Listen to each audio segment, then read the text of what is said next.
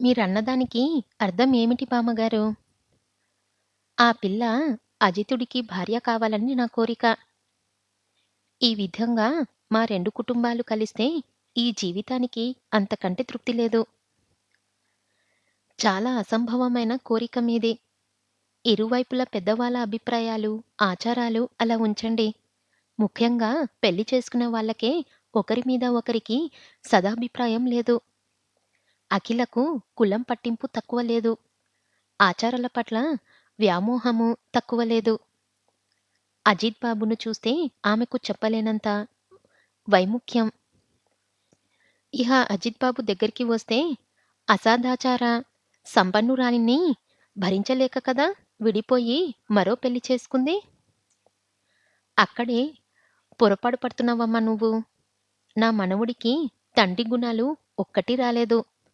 సంప్రదాయాల పట్ల, మతం పట్ల, దైవభక్తి పట్ల మూఢ విశ్వాసం లేదు గాని ఏదైనా తన స్వంతంగా లోతు కనుక్కోవాలనే ఆసక్తి ఉంది. అన్నిటా సహనం, సానుభూతి ఉన్నాయి. వాడికి మేనమామ కూతురు భార్య కావడానికి రెడీగా ఉంది. ఒక విధంగా వాళ్ళ వివాహం పెద్దవాళ్ళు నిశ్చయం చేసినట్టే. కానీ అజిత్‌ది మనసు మాత్రం అఖిల వైపు మొగ్గు చూపినట్టుగా నా అనుమానం. నిజమా బామ్మగారు? అదెలా సంభవం? నీరజ విస్మయంతో అడిగింది. సంభవం ఎందుకు కాదమ్మా! వాడు అమెరికాలో చదువు సంధ్యాలు పూర్తి చేసుకువచ్చినా విదేశీ వ్యామోహం లేదు. తన దేశం పట్ల, తన జాతి పట్ల, తన మతం పట్ల వాడికి చెప్పలేనంత గౌరవముంది. పశ్చాత్తులను నూటికి నూరు పాళ్ళు అనుకరించే మేనమామ కూతురు కంటే సహజ సౌందర్యంతో సంప్రదాయం కల అమ్మాయే వాడికి నచ్చి ఉండాలి. ఆ రోజు అఖిల చేసిన అవమానానికి వాడు ఎంత బాధపడ్డాడని? ఏదో మనసులో లేకపోతే అంత బాధ ఎందుకు కలుగుతుంది? నాయనమ్మా! అజితు ఎప్పుడు వచ్చాడో గాని గాబరాగా పిలిచాడు. ఆ సంగతులన్నీ ఆ అమ్మాయితో ఎందుకు చెప్తున్నావు చెప్పు? పాలిపోయిన ముఖంతో అడిగాడు. చెప్తే ఏమైందిరా ఇప్పుడు? చేతనైతే నీకేదైనా సాయం చేస్తుంది. లేకుంటే లేదు. సాయమా? ఈ సంగతులన్నీ స్నేహితురాలికి చేరవేయకుంటే చాలు. నేను మీకు మాదరాలా కనిపిస్తున్నానా? నీరజ కోపంగా అడిగింది. మీరిద్దరూ ప్రాణ స్నేహితులు. మీ మధ్య దాపరికాలు ఉంటాయనుకోను. అది నిజమే అనుకోండి. కానీ మీకు మాత్రం ద్రోహం చెయ్యను. మిమ్మల్ని అవమానానికి గురి చేస్తే నాకేమొస్తుంది? ప్రామిస్. ప్రామిస్? హమ్మయ్య! గుండెల మీద బరువు దిగిపోయింది. నాయనమ్మ అన్ని సంగతులు మీకు ధారపోసిందని తెలిసేసరికి ఎంత భయం వేసిందో. అజిత్ హాయిగా నవ్వాడు. తర్వాత వంటింట్లోకి వెళ్ళి కాఫీ కప్పులున్న ట్రేతో తిరిగి వచ్చాడు. తీసుకోండి. అతిథులకు స్వయంగా ఆతిథ్యమినివ్వడం నా హాబీ. నీరజకు, యశోదమ్మకు చెరో ఒకటి ఇచ్చాడు. నీరజ కాఫీ రుచి చూసి మీరే కలిపారా? అని అడిగింది చిరునవ్వుతో. ప్రస్తుతం వంటమనిషి కలిపాడనుకోండి. కానీ నాకు కాఫీ కలపడం వచ్చు. ఇప్పుడిప్పుడే వంట చేయడం కూడా నేర్చుకుంటున్నాను. నువ్వు నేర్చుకొని పనులు ఏమిట్రా? ఈ ప్రపంచంలో ఉన్నవాణ్ణి నేర్చుకోవాలనే ఆశ నువ్వు ఇక్కడికి వచ్చినప్పుడు నీ తెలుగు భాష చూసి నవ్వని వాళ్ళు లేరు. ఇప్పుడు మాకంటే స్వచ్ఛంగా మాట్లాడటం నేర్చుకున్నావు. బొమ్మలంటావు, సంగీతం అంటావు, వేదం అంటావు. నువ్వు పట్టి చూడని విషయం ఏదైనా ఉందా? మనవణ్ణి మురిపెంగా చూసింది యశోదమ్మ. అన్నీ తెలిసి ఉండటం మంచిదే కదా నాయనమ్మా! ఒక మనిషి అన్నీ తెలుసుకోవడం సాధ్యమంటారా? నీరజ ఆశ్చర్యంగా అడిగింది. సాధ్యం కాకపోవచ్చు. కానీ సాధ్యమైనవన్నీ తెలుసుకోవడంలో తప్పు లేదంటాను. అయితే రోజుకు 24 గంటలు సరిపోనన్నమాట మీకు.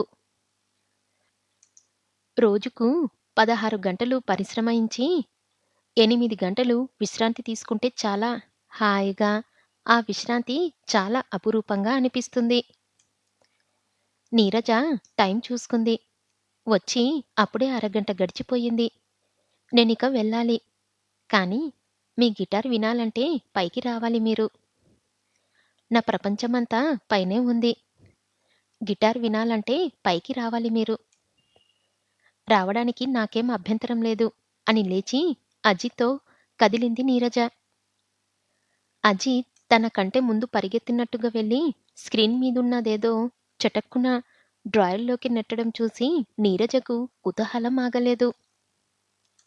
ఏమిటది? నేను చూడకూడదా? హుహు. చూడకూడదు. ఎందుకని? మనిషి బొమ్మేనా? ఏదో ఒక బొమ్మ. మీ రహస్యం నేను అఖిల దగ్గర దాచినప్పుడు మీ రహస్యాలు దాచడం న్యాయమా? చనువుగా నిష్ఠూరమాడింది. అలా అంటే ఎలా?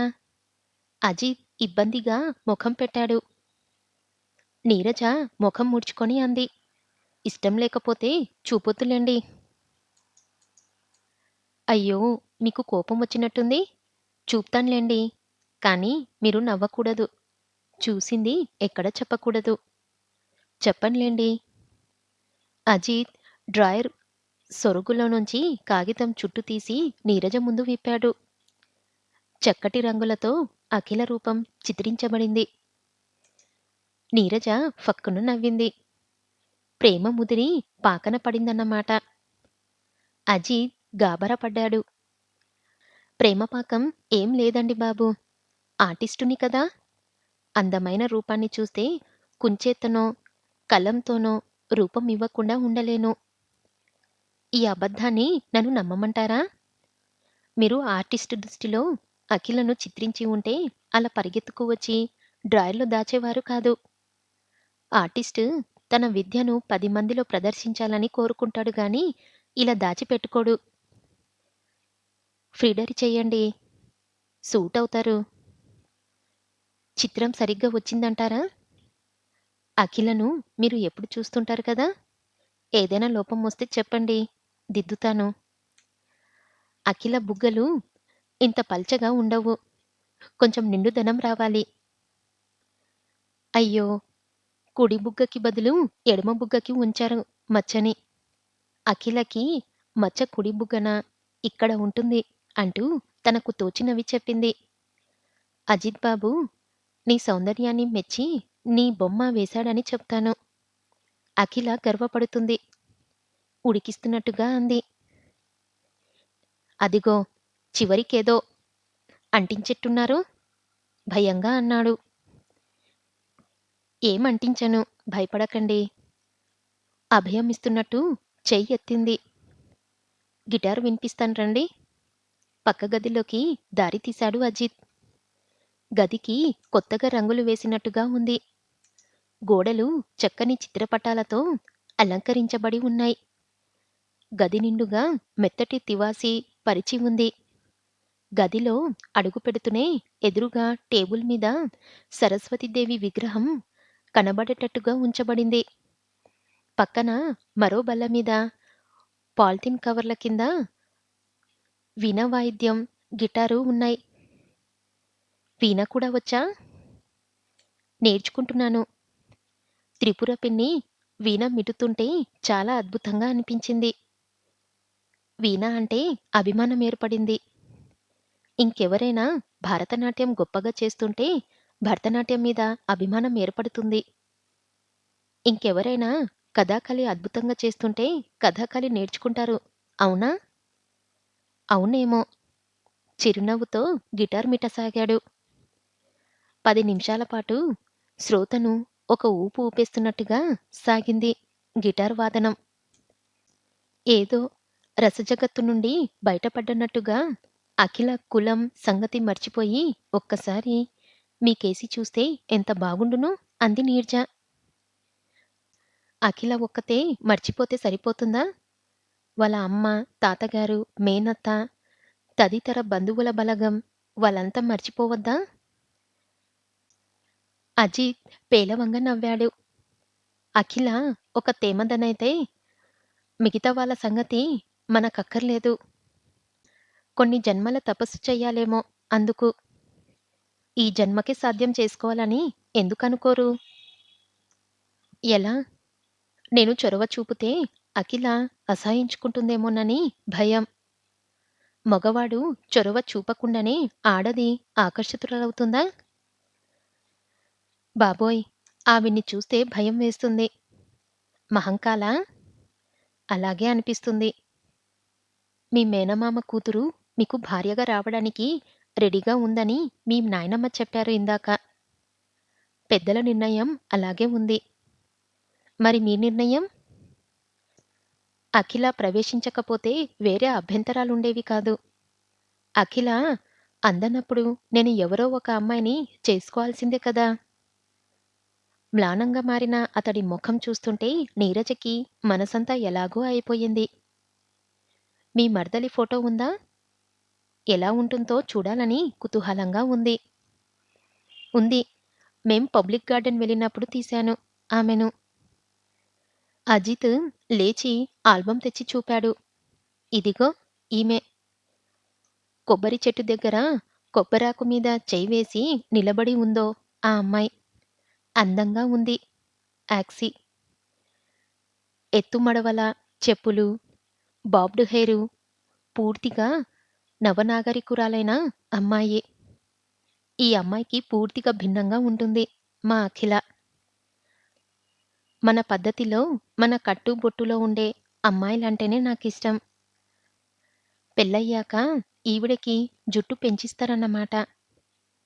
నాకిష్టమైనట్టుగా ఒక అమ్మాయిని మలుచుకోవడం కంటే, నాకిష్టమైనట్టుగా ఉండే అమ్మాయినే చేసుకుంటే సమస్య ఉండేది కాదు కానీ, నాకా అదృష్టం లేదు. పోతే నా వివాహాన్ని ఒక సంఘర్షణగా మార్చుకోవడం కూడా మాకిష్టం లేదు. సాధ్యమైనంత వరకు నాకు దొరికిన దానితో అడ్జస్ట్ అయిపోవడానికి ప్రయత్నిస్తాను. సాధు హృదయం మీది అంది ప్రశ్నాసంగా. నేనిక వస్తాను అని లేచింది.